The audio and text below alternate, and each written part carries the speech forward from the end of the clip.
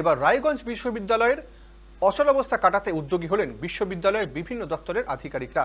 আন্দোলনরত তৃণমূল শিক্ষা বন্ধু সমিতির সঙ্গে বৈঠক করলেন তারা। সেখানে ছাত্রছাত্রীদের স্বার্থে আন্দোলন প্রত্যাহারের দাবি জানিয়েছেন আধিকারিকরা। তবে আন্দোলনরত শিক্ষা বন্ধু সমিতির পক্ষ থেকে জানানো হয়েছে, বিশ্ববিদ্যালয় কর্তৃপক্ষ দাবি মেনে নিলেই আন্দোলন প্রত্যাহার করে নেওয়া হবে। উল্লেখ্য, তৃণমূল শিক্ষা বন্ধু সমিতির সভাপতি তপন নাগকে রায়গঞ্জ বিশ্ববিদ্যালয়ের একাধিক দুর্নীতির কারণে সাসপেন্ড করা হয়।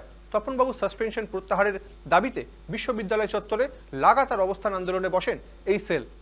অশিক্ষক কর্মচারীদের লাগাতার আন্দোলনে ছাত্রছাত্রীরা চরম সমস্যায় পড়েছেন।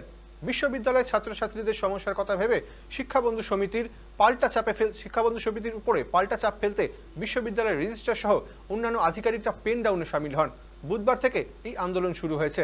বিশ্ববিদ্যালয়ের প্রশাসনিক আধিকারিকরা শুধুমাত্র আন্দোলনেই থেমে থাকেননি, তারা আন্দোলনরত শিক্ষাবন্ধু সমিতির নেতাদের সঙ্গে এক প্রস্ত আলোচনাও করেন।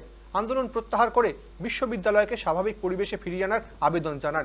এরপরেই শিক্ষাবন্ধু তরফ থেকে তাদের নেতা তপন নাগের সাসপেনশন প্রত্যাহারের দাবি জানানো হয়। দাবি মানলে তবেই আন্দোলন তোলা হবে বলে জানিয়ে দিয়েছেন আন্দোলনকারীরা।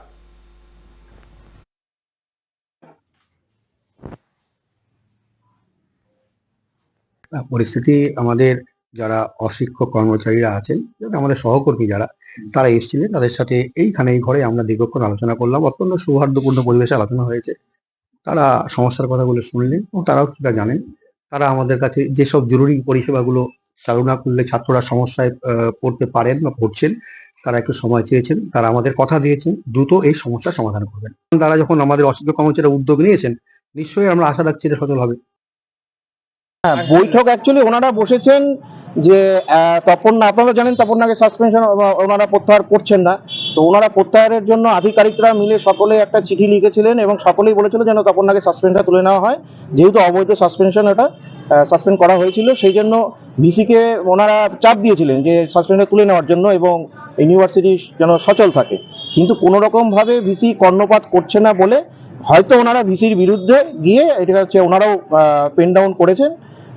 এটা হয়তো ওনাদের কাছ থেকে আমরা জানতে পেরেছি, তো ওই জন্য হয়তো ওনারা অবস্থান বিক্ষোভে বসেছে। তো এখন বক্তব্য হচ্ছে যে এতদিন ধরে ভিসি মানে রায়গঞ্জ ইউনিভার্সিটিতে নেই, ওনাকে তো কোনো রকম ভাবে কিছু করা হয়নি, মানে ওনাকে না আমরা আটকেছি, না আমরা আসতে বারণ করেছি, না উনি কেন আসছেন না, এটাই হচ্ছে আমাদের প্রশ্ন। উনি তো এতদিন ধরে তো সাসপেনশন থাকে না, একটা তো ইনকোয়ারি কমিটি বসবে, সেখানে একটা তো নির্দেশ আসবে, এগুলো তো কিছুই তো করছেন না। এটা কি ইচ্ছাকৃতভাবেই কি উনি করছেন, এটাই আমরা জানতে চাই।